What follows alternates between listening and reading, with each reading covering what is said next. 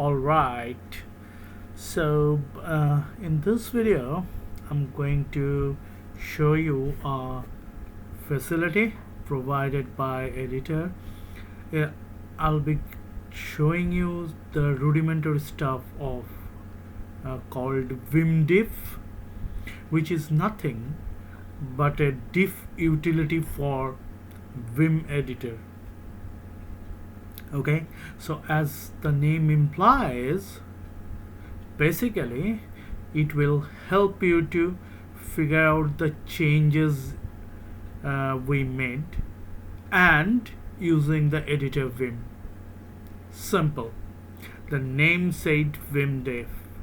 Okay, so that means differentiate to provide a facility with the help of Vim editor. Okay, so let me get into my terminal and say, for instance, oh, by the way, I try to give the command a more human friendly name.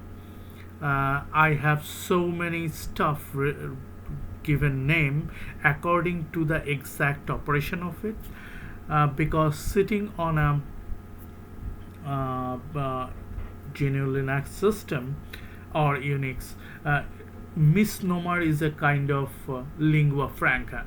So sometime we need to provide a name which will play well with our memory. Okay, so the closer it to the functionality, the easier to remember, the easier to apply. Basically, Vimdiff means difference between the two files, right? That means, or if it is inside Git, it's a difference between the previous version and the next version of the same file, right? So that means the changes. So I wrote a 3-4 line bash function and stick it up in my bash rc file. So whenever I try to see the changes, okay, so it will show me in a Vimdiff manner. Okay, so likewise, say I am going to choose two randomly different file I write changes. You can see I write changes. That's the name of the function I wrote. I'll show you what I have stick inside my bash rc. Or if you look into my github dot file repo, you might have already noticed it. Anyway, so spinner .sh and spinner 2.sh. So two file I'm going to open in a Vimdiff and see it the color combination probably might not be your taste or something like that. Okay, so the thing is that Vimdiff will provide you two files if it is not inside Git, because as you saw, I'm in a terminal. That means I'm in my home directory or whatever the directory, probably, which is not a Git directory. Okay, it's a normal directory, and I'm comparing two different files. Okay, so it has got two functionality: diff put and diff get. Diff obtain, it says. Okay, in abbreviation, diff obtain is designated DO and diff put is designated DP. This shortened version you can use inside Vimdiff. Okay, now say, for instance, you can see on the right hand side, I do not have this section where my cursor is hovering. You can see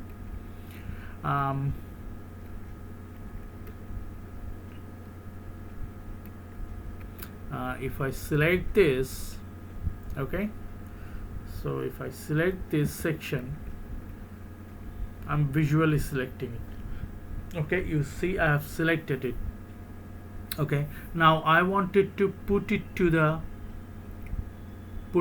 right hand side buffer where the left hand side uh, file, whatever I have chosen or selected, to be moved, to be copied to the right hand side.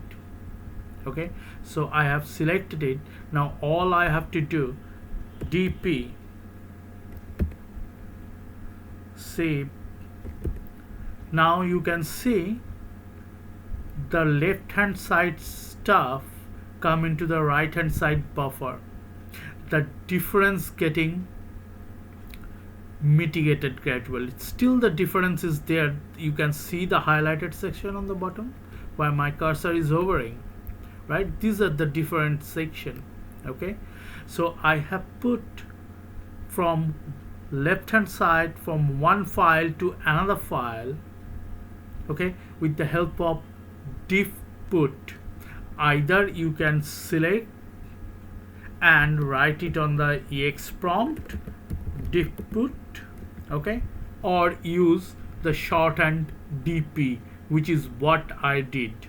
Okay, that's why the selected content from the left hand side file buffer go into the right hand side buffer file, which was not there. Okay, okay.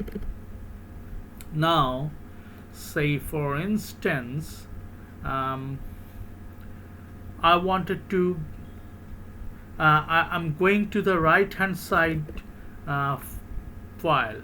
Okay, so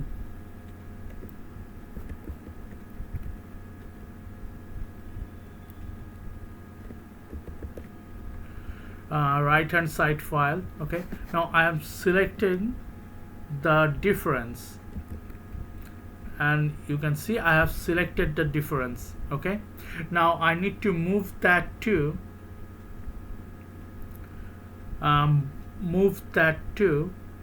if I move my cursor to a file, okay, on the left hand side, and say do, see the right hand side content come into the left hand side buffer, the difference content. You are following along, right?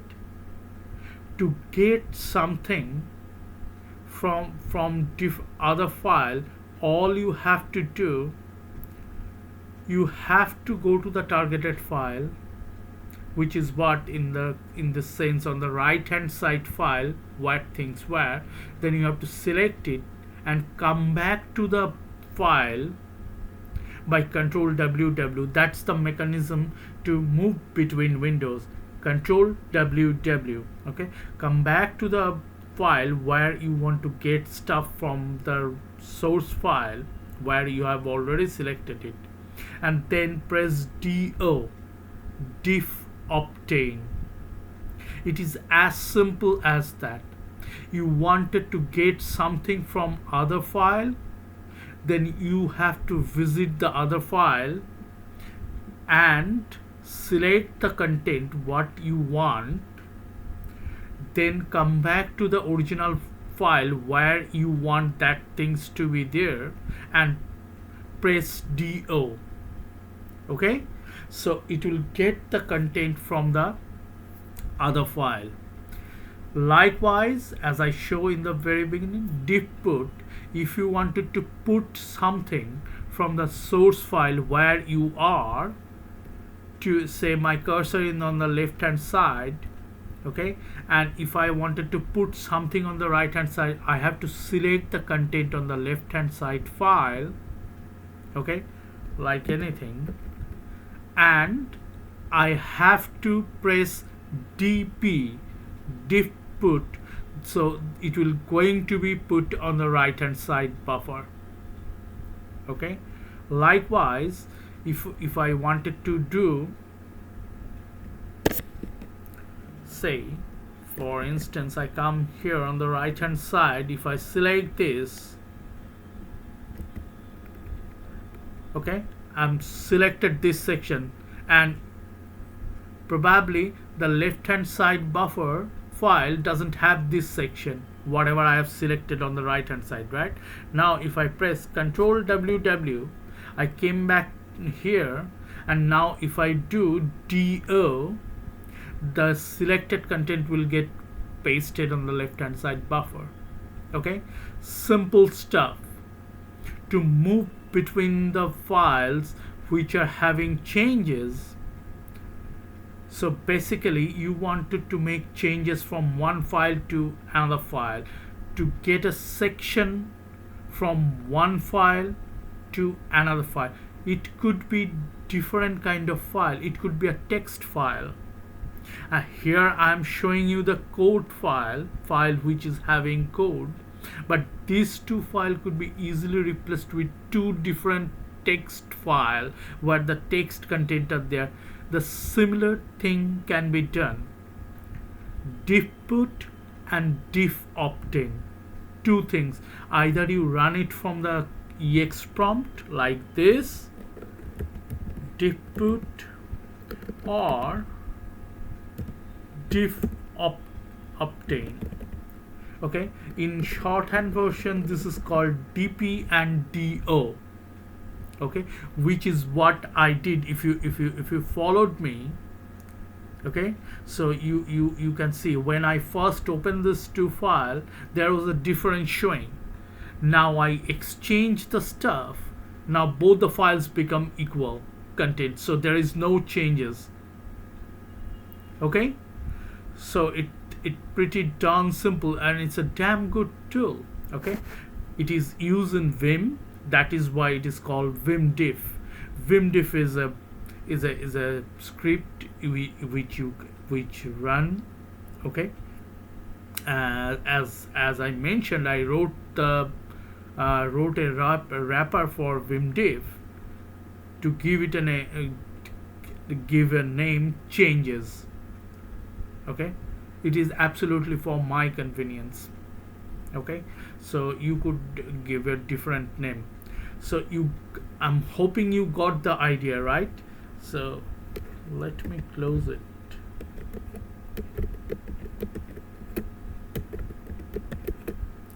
Now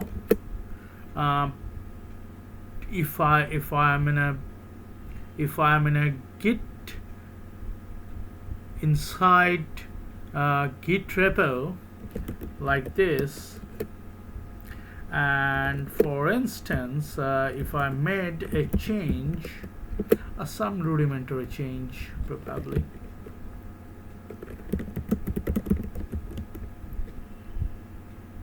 okay, and now I clearly made a change, right? You can see from my prompt. So if I wanted to have a look at it, what have I made? If I write changes, okay, so it will show me like this. So it sends that I'm inside a git repo, so I better run git diff instead of vimdiff.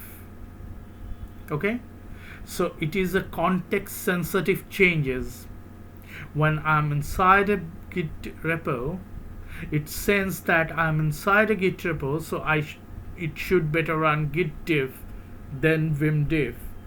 Although you could have easily run, but I choose not to. That's why I read. But the point is that I have to write one single thing, that is changes. What are the changes I made? Okay, so pretty darn simple. Now to show you, okay, so here is the stuff. Simply write a function and sticking in my basher C or whatever your shell initialization file. I give the name changes because I can relate to it. I can sense it that okay, I'm looking for a change, okay, between the files. Okay, or if I'm in a git repo, I'm looking for changes what I have made to specific file. Okay, so here you can see I'm looking for a hyphen in, that means it's looking for a existing .git folder. That means it signifies I'm inside a Git repo. Then run a git diff, okay, and which is having, I'll show you. And if I'm not inside a Git repo, you can simply see I'm calling up the Vimdiff with 2 arguments or 2 parameter. Okay, so essentially, as I shown to you, if I'm outside Vim, changes take 2 argument, 2 files to open up side by side with Vimdiff underlying. This is not a big deal, right? It's a very simple thing what I did, but why the name of the function give me some sort of tick in my gray cell that I'm looking out for a change. I do not have to type extra stuff or have to remember other thing, right? So if I git config l grep diff sorry, yes, so you can see I'll show you better stuff. You can see underlying I'm having Vimdiff. So if I run git diff, it will open up a Vimdiff inside Git repo too. Okay, so it's very convenient. So the point is that I may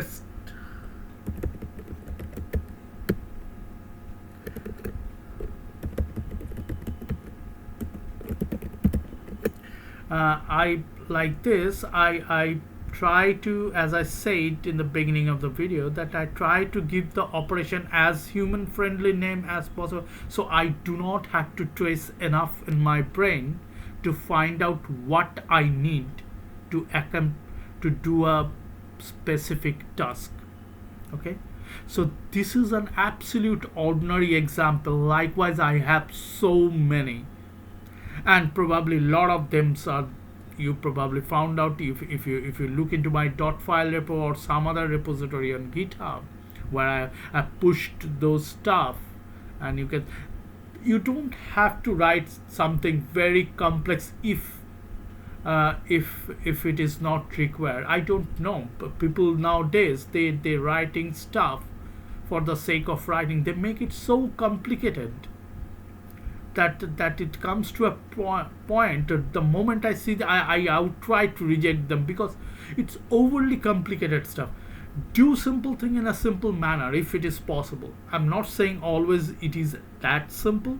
When the complexity is required, please do the complex thing. But having said that, when you do a complex thing, make sure you have documented it well, properly, so if you go back to the complex stuff after some months, you will be the first person to understand what you were trying to achieve.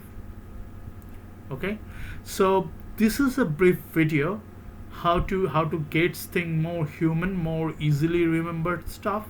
This is a small example. I hope it will be useful for some people. Thanks for watching.